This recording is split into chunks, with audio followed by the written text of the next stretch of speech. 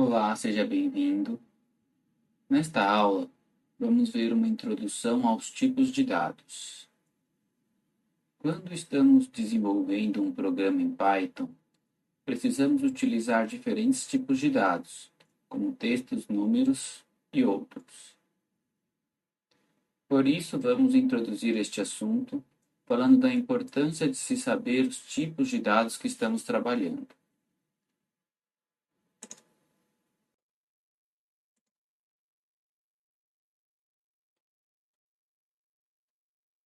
Os tipos de dados e as estruturas de dados determinam as funções e os métodos que podemos utilizar e também determinam os resultados dos operadores que utilizamos.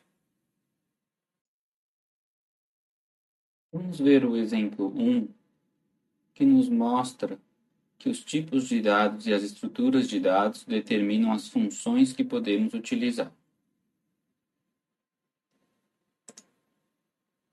A função len é uma função nativa de Python que admite como argumento um texto, mas não admite um número. Vamos ver como ela funciona. Vamos passar como argumento um texto qualquer, por exemplo, Maria.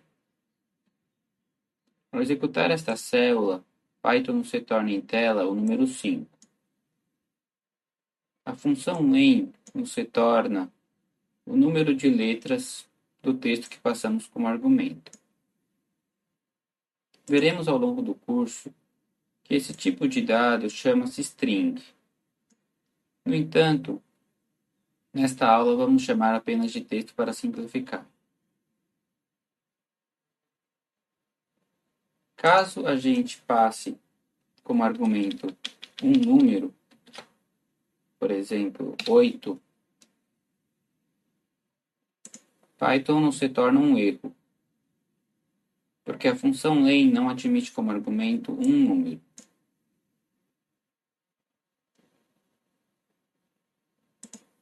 Este exemplo nos mostra que saber o tipo de dado que estamos trabalhando é importante, porque isso determina as funções que nós podemos utilizar.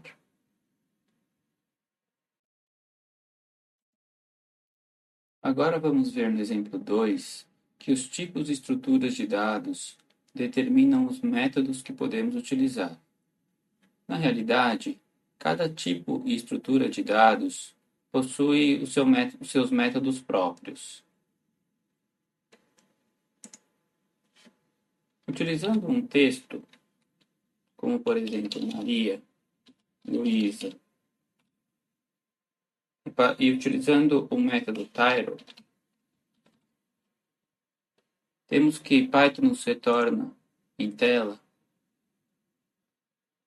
o texto em que cada palavra começa com a letra maiúscula. No entanto, se formos utilizar este método com um dado do tipo numérico, por exemplo 10, Python nos retorna um erro. Isso porque cada tipo de dado e estrutura de dado possui seus métodos próprios.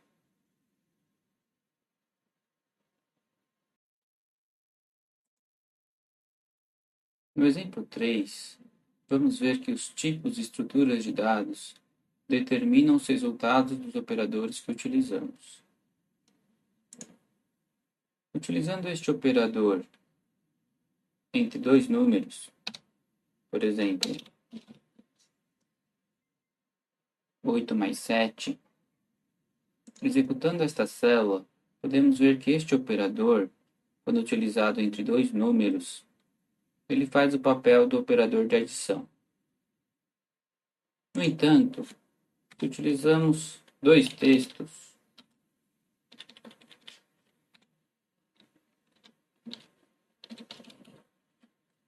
ao executar esta célula, podemos ver que este operador, quando utilizado entre dois textos, faz o papel de concatenador dos textos. Assim, O resultado de um determinado operador depende do tipo de dado que a gente está trabalhando.